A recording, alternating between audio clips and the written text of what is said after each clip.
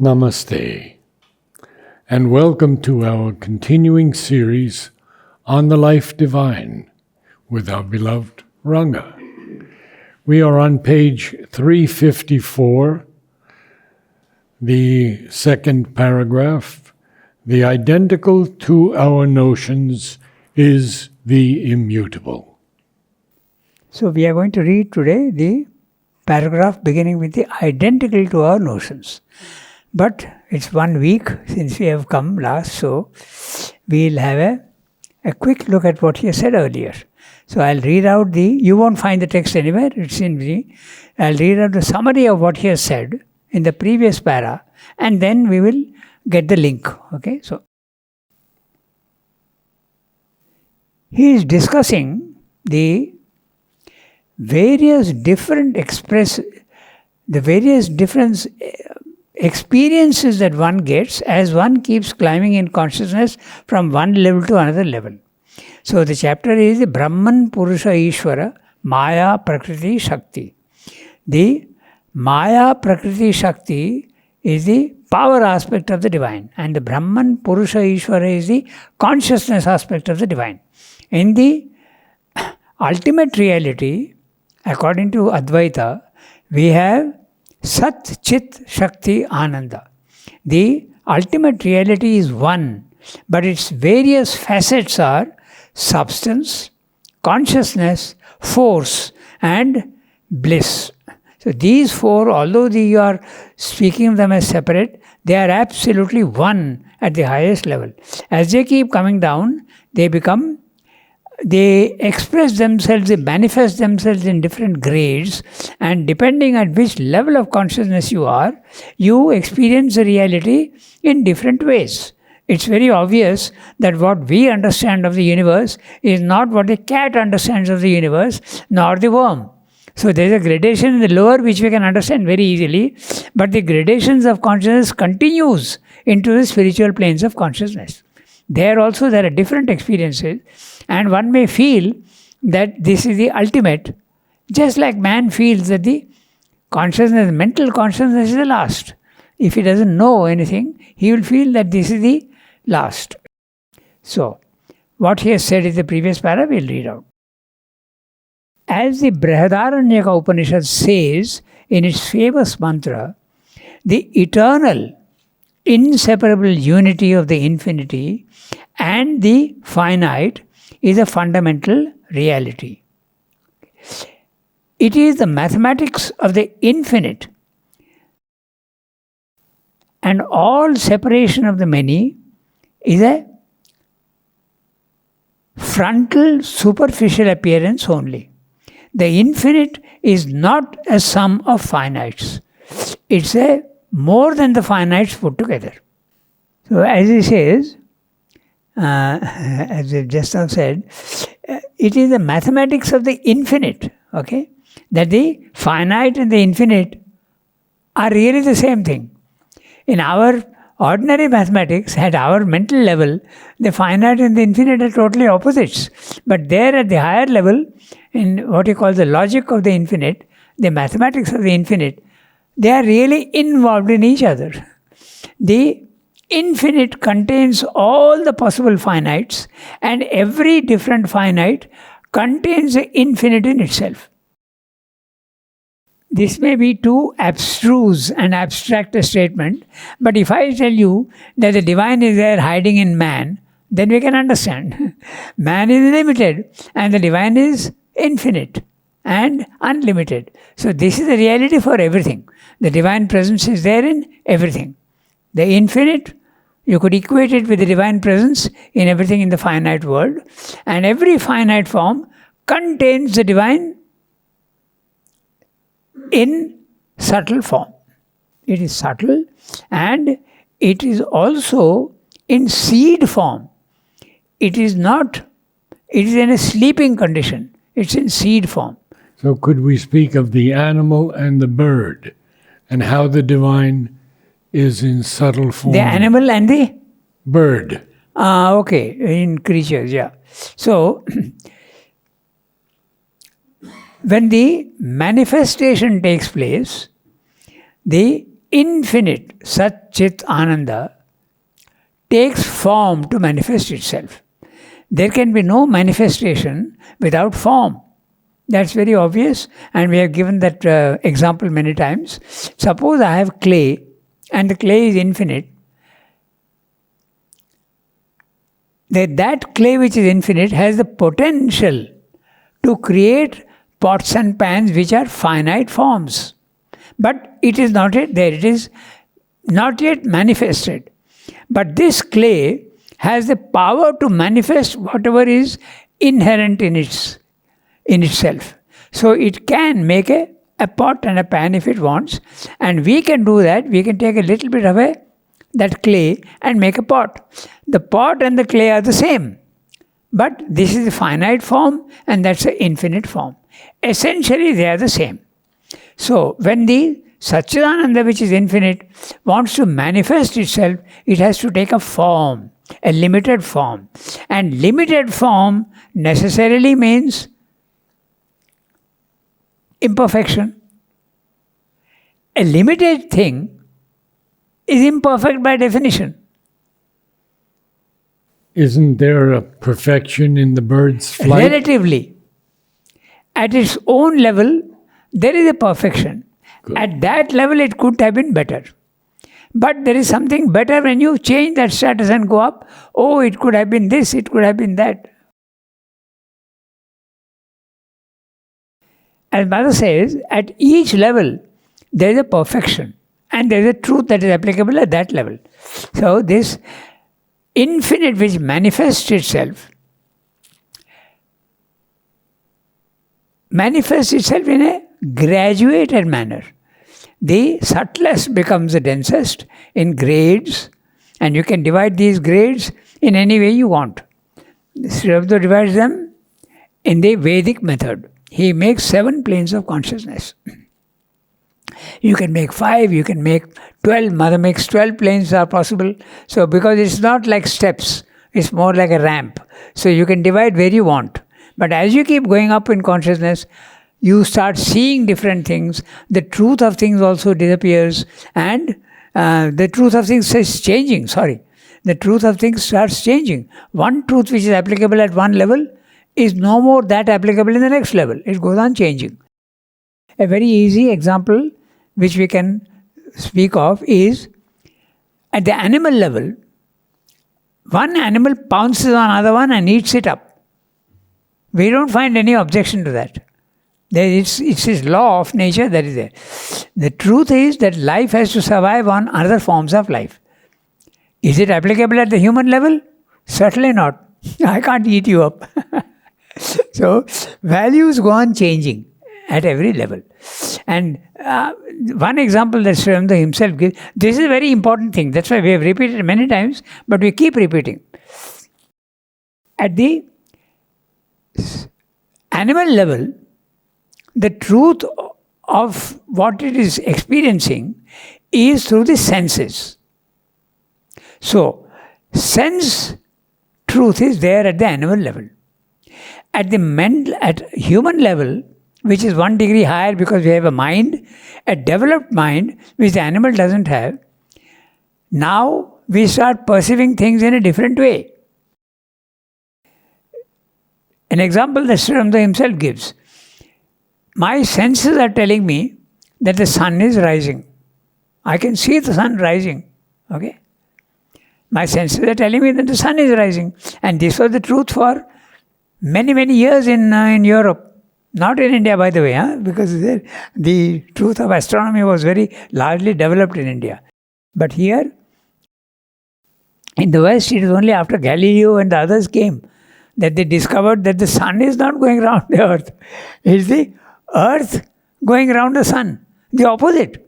So when mind comes in, you realize that sense truth is not the ultimate truth. Mind truth replaces sense truth. Clear? Yes, but does mind truth replace empiric knowledge? Sense knowledge is more accurate to say. Okay. Because empirical knowledge can be mental knowledge also, no? Mm-hmm. Yes. Empirical means experimental. Yes. So, sense knowledge becomes mental knowledge, and after that you go to the next level, then again you see that it becomes spiritual knowledge. So, there is a constant change. That's what he's been discussing in this para. Okay, so he has said that. Having said that, we go back to our. But each state is involved in the other. Each state is involved in the other. So, the supermind, which is the origin of the universe, contains the inconscient also in it as a potential. The inconscient contains all the other planes of consciousness in itself, and it sprouts them one by one in the evolution. In the involution, it is the opposite. The infinite involves itself into the finite. In the evolution, the finite, or rather the darkness, is slowly revealing what is inside it. And so the animal is at a level where it is using mainly sense knowledge. Then at the next level, you have mental knowledge. Man replaces. A yogi goes to spiritual knowledge, which is quite different from mental knowledge. So this is the gradation that he's talking of. So Brahman, Purusha, Ishvara, Maya, Prakriti, Shakti. Exactly that. When you are in the spiritual level of consciousness, you see the Brahman aspect of the divine. The Brahman aspect is the impersonal aspect of the divine. It is impersonal, featureless. You can't describe it in any way. Okay? But you go slightly higher up, you start seeing the Purusha, the personal aspect of the divine starts appearing. But when the personal aspect is appearing, maybe you don't see the impersonal so much. Okay? They call it the Saguna and the Nirguna. Divine with qualities, divine without qualities. Then you go to the third level and you see both of them are consistent with each other. The impersonal and the personal are not opposite, but they are consistent with each other.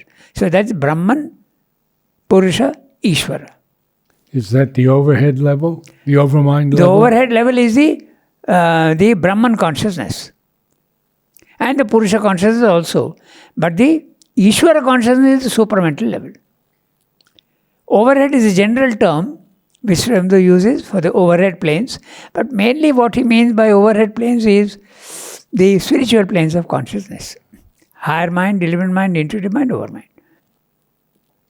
Okay?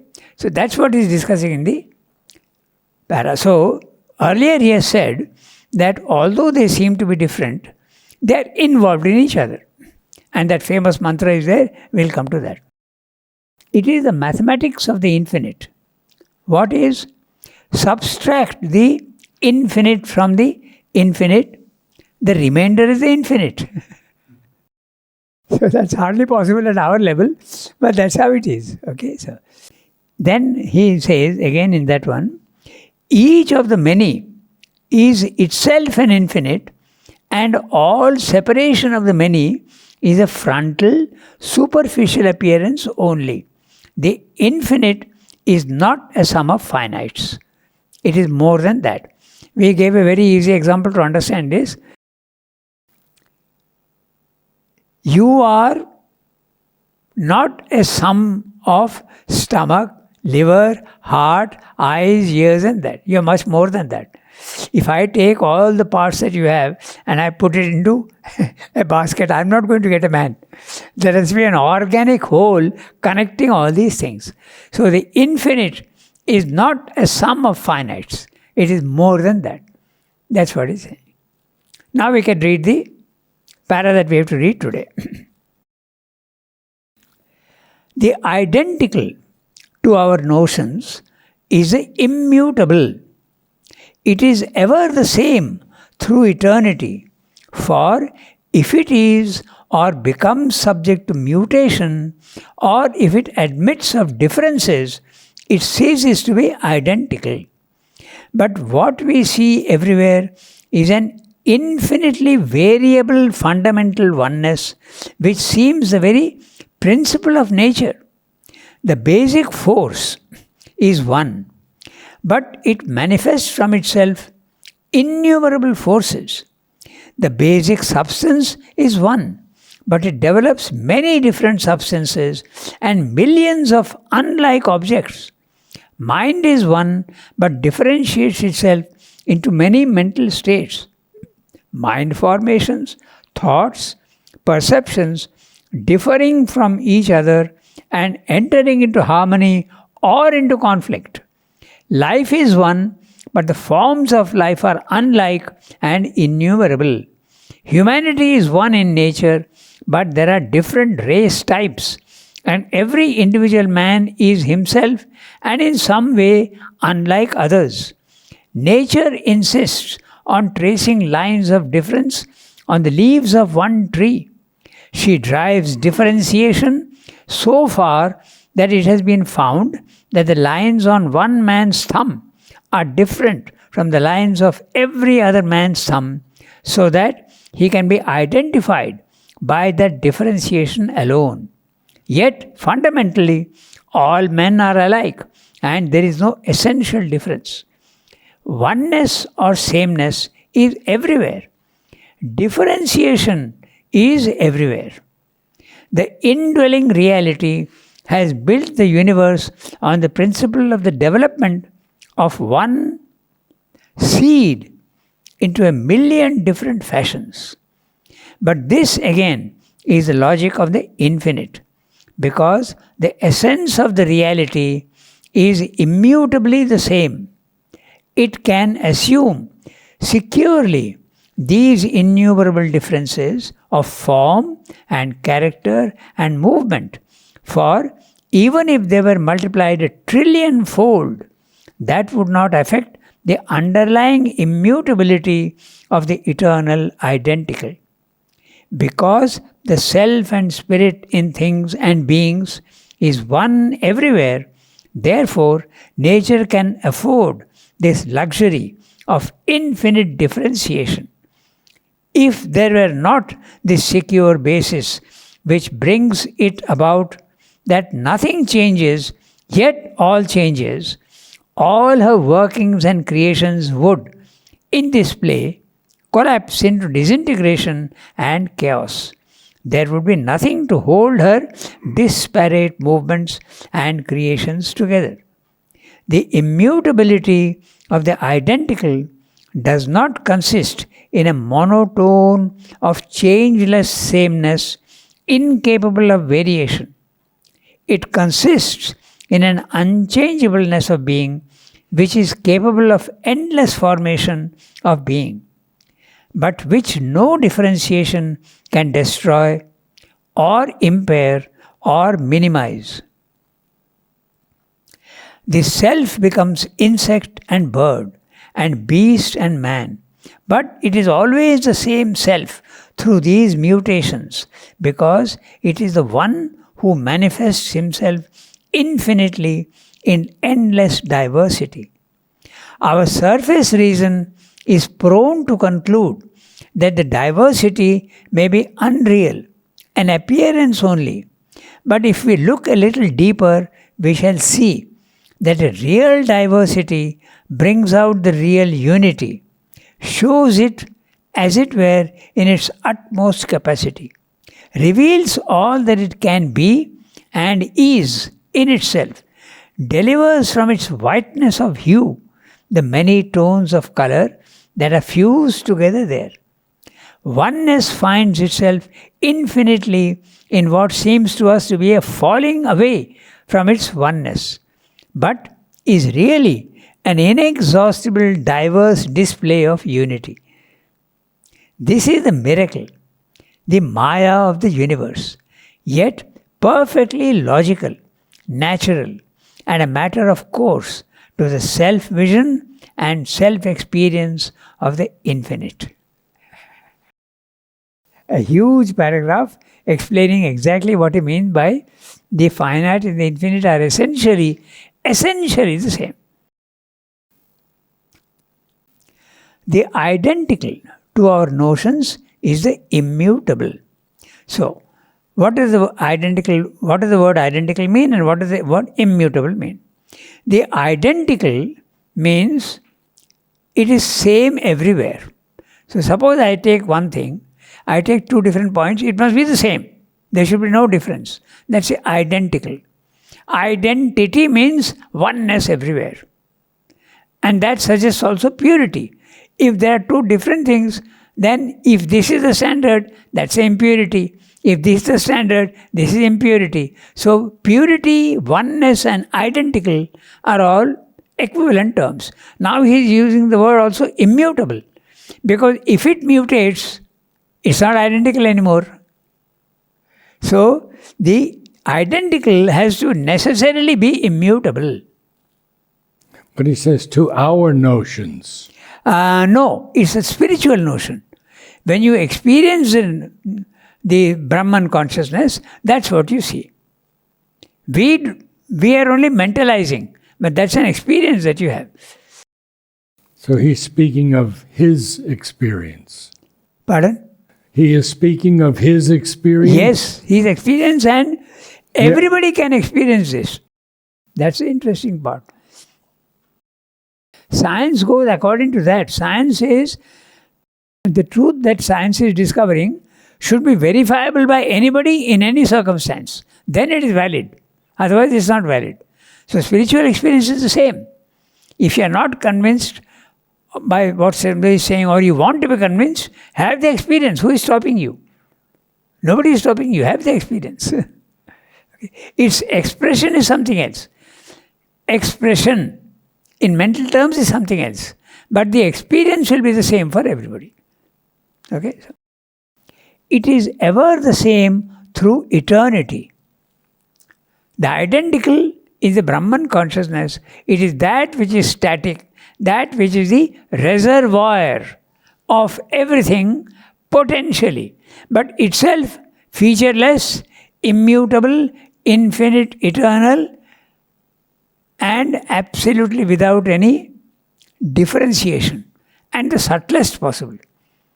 Impossible to describe it, because description requires features, characteristics, but there are no characteristics there. It contains all the characteristics, but itself seems to be a blank. Okay, so that's it. So the blankness or the nirguna is producing the saguna. That which is apparently without qualities is producing all the qualities. That infinite clay, which seems to be formless, is capable of creating forms. And it does. Okay, so.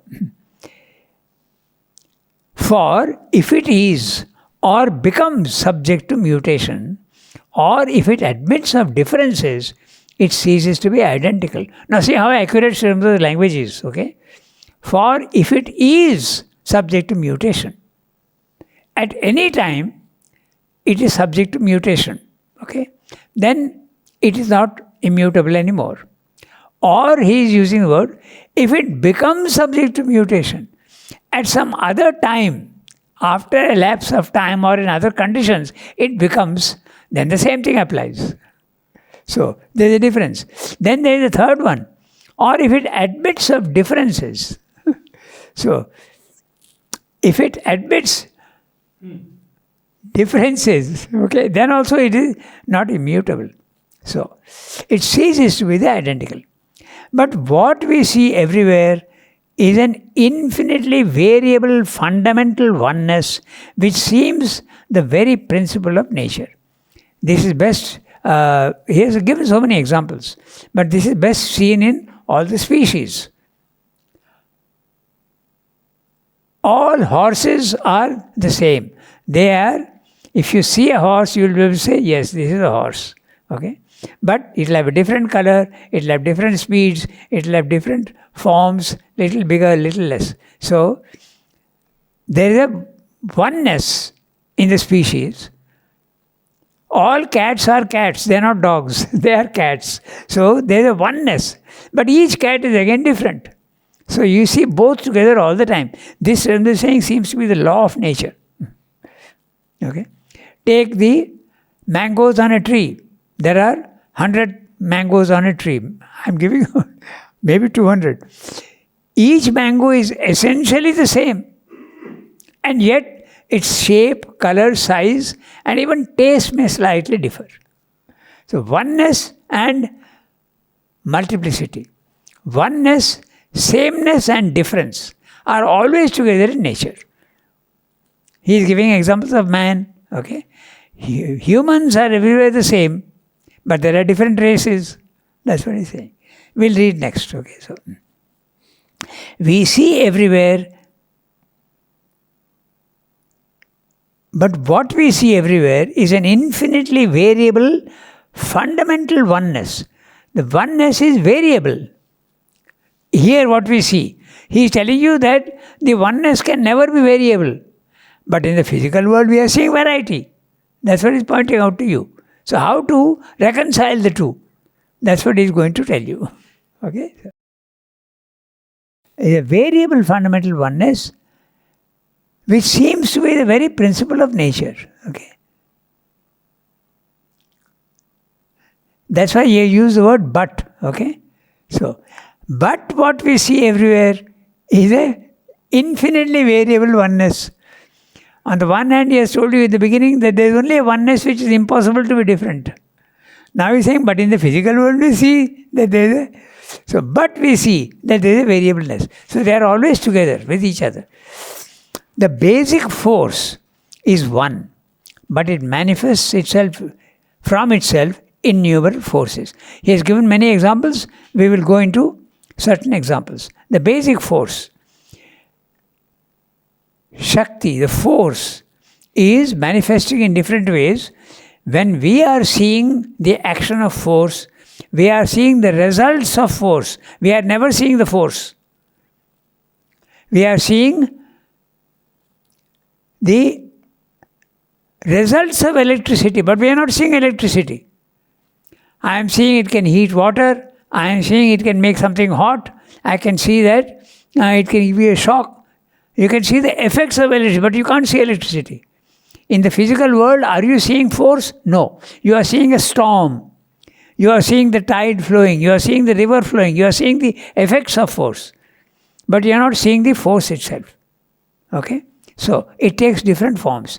There is nuclear energy, mechanical energy, photovoltaic energy if you want, or mechanical energy, muscular energy. All this is force. But these are the various manifestations of force. Force is one, but it manifests differently. He is giving other examples. The basic substance is one.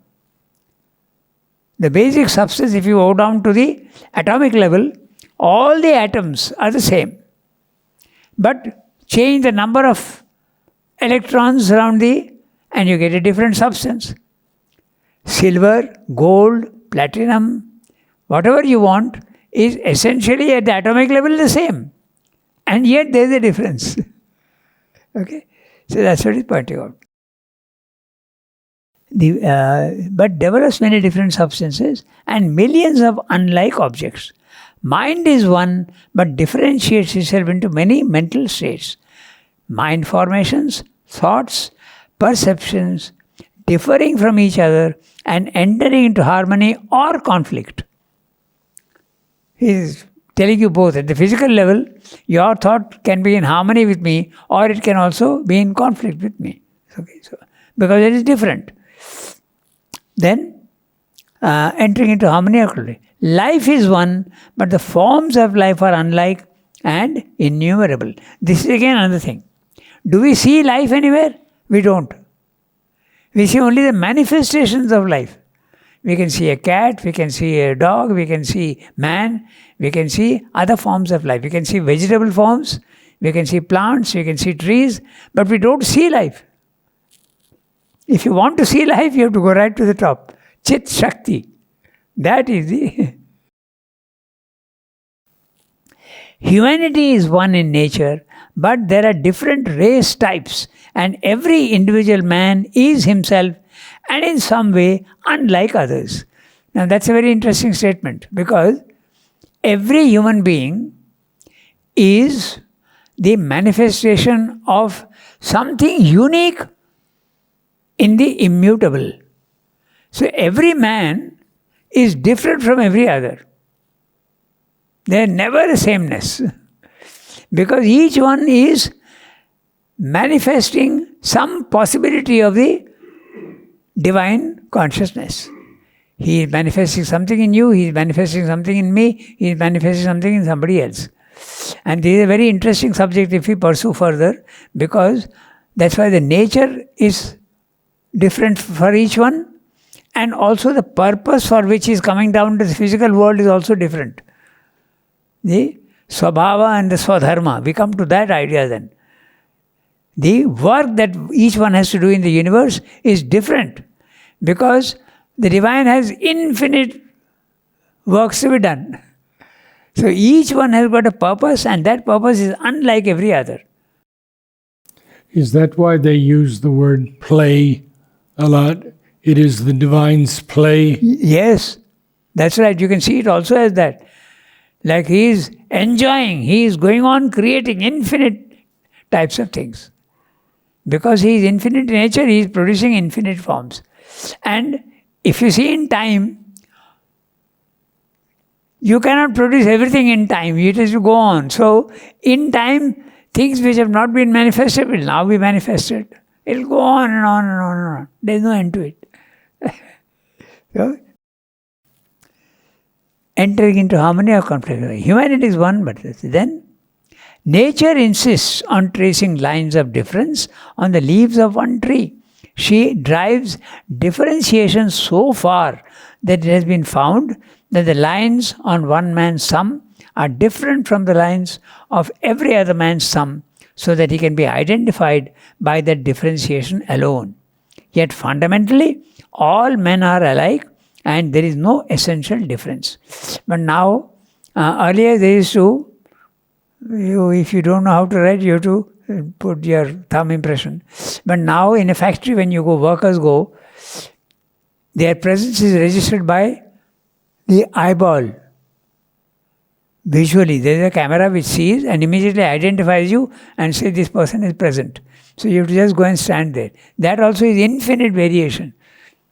It's no more thumb or no more, you don't have to press buttons or anything. You just activate the mechanism and the camera sees you and knows that you are present. And when you enter. But the DNA is even more accurate. Yeah, but the DNA is more difficult to identify. The eye is very easy to see. Yeah, in a workplace. You'll have to go to a microscope and all that. Yeah, sure. Of course, the DNA is more, yeah. In fact, that's what they do for identifying. Yet fundamentally, all men are alike and there is no essential difference. Oneness or sameness is everywhere. But differentiation also is everywhere. He has not put but differentiation also is there everywhere. Okay? So, oneness or sameness is everywhere. Differentiation is everywhere. The indwelling reality has built the universe on the principle of the development of one seed into 1,000,000 different fashions. So, this image of the tree and the seed is easy to understand. And the seed, if you blow up the seed, you will never see any leaves, fruits, flowers in it, you won't see. Okay? You may see only, in the DNA for instance, the DNA and the RNA, each segment represents some characteristic in you. Okay? But one segment may represent the color of your eye. One segment may represent what your health would be or your height. But in that segment, you don't see the height. But it is capable of producing that. So, to say that DNA is determining everything is fine. But in the DNA itself, you won't find those characteristics. So you have to go even more deep, even more deep, even more deep. There's no end to it. Ultimately, it comes to the infinite, immutable, featureless, which produces all the features.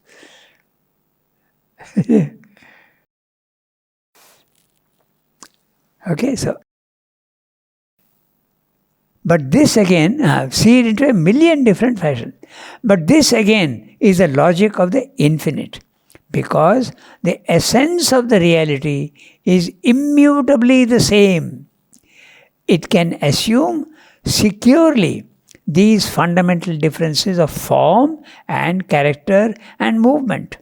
For even if they were multiplied a trillion-fold, that would not affect the underlying immutability of the eternal identical.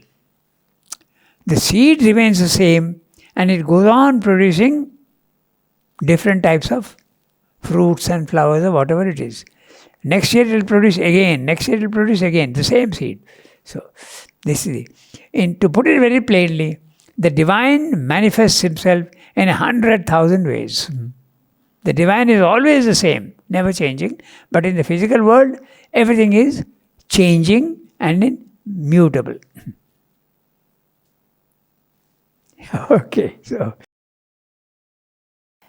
for even if they were multiplied a trillion-fold, that would not affect the underlying immutability of the eternal identical. Because the self and spirit in things and beings is one everywhere. So, again he is being very specific. He is saying the self and spirit in things, inanimate and beings, animate, is one everywhere.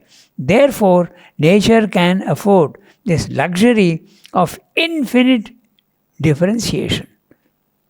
If there were not this secure basis which brings it about, that nothing changes, yet all changes, all her workings and creations would, in this play, collapse into disintegration and chaos. There would be nothing to hold her disparate movements and creations together. Yeah, I have a note on that hold, okay?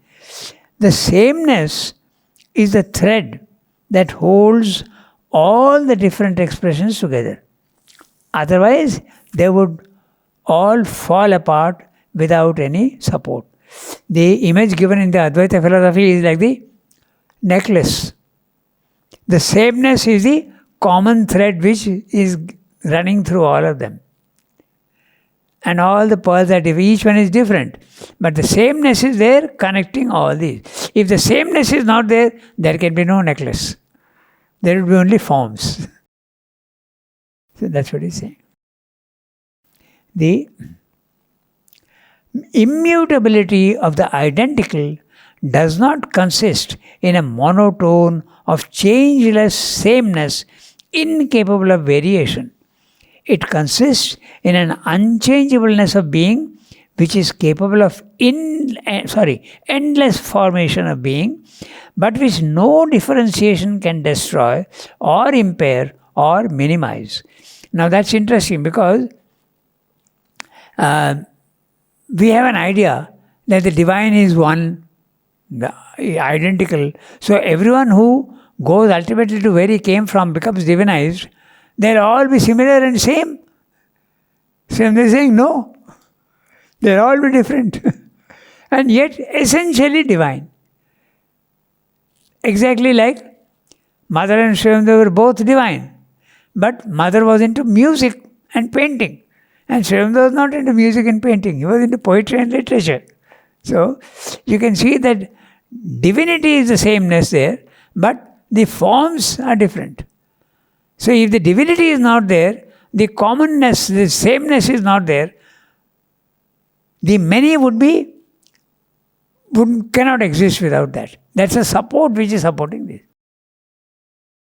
Again, we come back to that idea of the glacier, which is not really static, but we can consider it static. Okay? But it's producing all the rivers. The rivers cannot exist without the glacier and the snows on the mountain. So that's the image that he's talking about.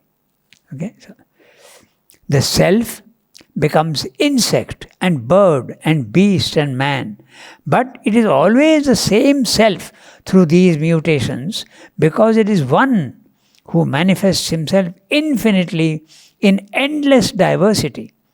Our surface reason is prone to conclude that the diversity may be unreal.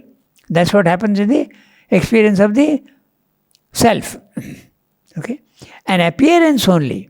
But if we look a little deeper, we shall see that a real diversity brings out the real unity, shows it as it were in its utmost capacity, reveals all that it can be and is in itself, delivers from its whiteness of hue the many tones of color that are fused together there. So he is referring to the white light which a prism can break up into so many colors. So the white light is the immutable Satchidananda, and the supermind is the prism which allows that white light to become many lights. It's a supermind that creates a multiplicity. Okay? So that's what he's saying. Oneness finds itself infinitely in what seems to us to be a falling away from its oneness, but is really an inexhaustible, diverse display of unity. This is the miracle, the Maya of the universe, yet perfectly logical, natural, and a matter of course to the self-vision and self-experience of the infinite. We can also look at this thing in a very interesting another way. Okay, so we feel that when something is created, it is created for a very specific purpose. Okay, and the divine. Let's take, for instance, the ears. Okay, ears, we would say, are created for hearing sounds. But is that really true? We see that in the elephant, the ears are used for cooling the blood. Okay, it's got another function. We feel that the nose is meant for smelling. Okay? But the anteater uses his nose for something else. So, the divine is not bound to anything. He can do whatever he wants with all these things. Okay? We feel that our toenails, okay, are meant to protect the end of the, and they do protect the end of the toes. If the nail is not there, it can get badly worn out, okay? But what do you see? These nails which are there, they become claws in animals. And they use it for a different purpose altogether. So everywhere you see this differentiation that comes in. Okay? We think that the tongue is meant for tasting. But the snake doesn't use its tongue for tasting. It sends it out and gets the vibrations, and also it tests the atmosphere. So there's so many different things. So sameness is there in the background, but it can express itself in 100,000 ways. We were speaking of the toenail, and in the bird it becomes a claw. Okay? But in the horse, it becomes a hoof on which it is running. The equine family, the horses and the donkeys, that whole family, they and camels, they are all the same. They don't walk on feet, they walk on their toes. So, different ways of different expressions. The divine is going on creating and making variations and enjoying himself in whatever he is doing. You can think of it that way. Could you perhaps just briefly elaborate on what the supramental is bringing forth in the world? As we said just now, the supermind is the one that connects the unmanifest to the manifest. If the supermind is not there, there can be no world. There cannot be any world. There will only be the static, unmanifested divine. But the supermind is a power of the divine to manifest whatever is inherent and potential in the oneness. That's a supermind. Okay? That's why Srimata says it's a link. The supermind is not the highest level of consciousness. It is a consciousness which connects the higher hemisphere to the lower hemisphere. And it is that which is responsible for creating the universe. So that's why it's the creator. The supermind is the creator. Satchidananda has to manifest itself through a power which it creates itself. And that is the supermind. So above the supermind is oneness. Below the supermind is the multiplicity, the beginning of multiplicity. That's what the supermind is. It's a consciousness, it's a force, it's a substance, and it's also bliss. What I am seeing in my work with nature is an explosion of newness that I feel must be through the supramental force. The supermind contains all the possibilities. So this explosion of newness that you're seeing everywhere is the potential in the supermind. Whatever is there, the possibility of each one, I'd like to call it the blueprint. The blueprint of everything is here. They use the word archetype. The archetype of everything in the physical world is there in heaven. Okay? So you can put it very generally in that way. Yes, that is what creates all this.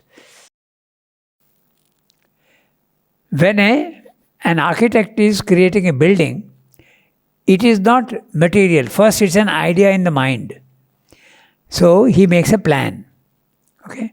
So he makes a blueprint and he makes a scheme. And then it becomes a reality. So first it is an abstract in the mind. That's the supermind. Then it becomes, it gets manifested on paper, but it's not the ultimate reality. Then it becomes a ultimate reality in the physical world, in brick and stone and wood and concrete. So the supermind is the one that is the blueprint. All the possible potentials are there contained in it, but in a featureless condition. In a featureless condition. They start becoming. This principle is there even in all human creatures also. No? You have the one cell. Okay? You started your existence as one cell which is fertilized. Okay? The egg from the female. When it gets fertilized, it starts dividing itself. It is one. There is no difference. But first divides itself into 2. Then it divides itself into 4. Then it divides itself into 8. It's a geometric progression, not a arithmetic progression. Geometric progression. Then at some point, it starts manifesting bone tissue, skin tissue, hair tissue, okay? Cartilage tissue, so the differentiation is there. So, and then it goes to the extreme limit. It goes on producing different things. So, this again, we can also think of when substance is there. All substance is finally atoms around the nucleus. Change the number of electrons around the nucleus and you get a different thing. So theoretically, Shabda discusses this, I think here only he discusses, that diamond and pearl are different. Diamond and gold and platinum are different. But can we go from one to another? Can we create gold out of lead? Theoretically it's possible, because all you have to do is to put more electrons or less electrons into something and you get the same thing. So the sameness, if you go to the sameness, you can create whatever you want. And going to the sameness is only the divine can do. We can't do that. So is it possible theoretically to create gold out of lead? In fact, we have that... alchemy. Yeah, alchemy, na? So theoretically it is possible. But the process will be so costly that the gold that you are producing out of lead will be 10 times more costly process. It is not worth it. So, He has been discussing oneness and sameness. They are there everywhere, and the sameness is supporting the oneness. If the sameness is not there, the multiplicity cannot be there. The sameness and the differentiation. Thank you, big. Ranga. Last sentence. Okay. This is a miracle, the Maya of the universe, yet perfectly logical, natural, and a matter of course to the self-vision and self-experience of the infinite. It's a magic if you think about it. If you think about it, it's a magic. For instance, he himself gives the example. Take two gases, take hydrogen and oxygen. Bring them together and you get water.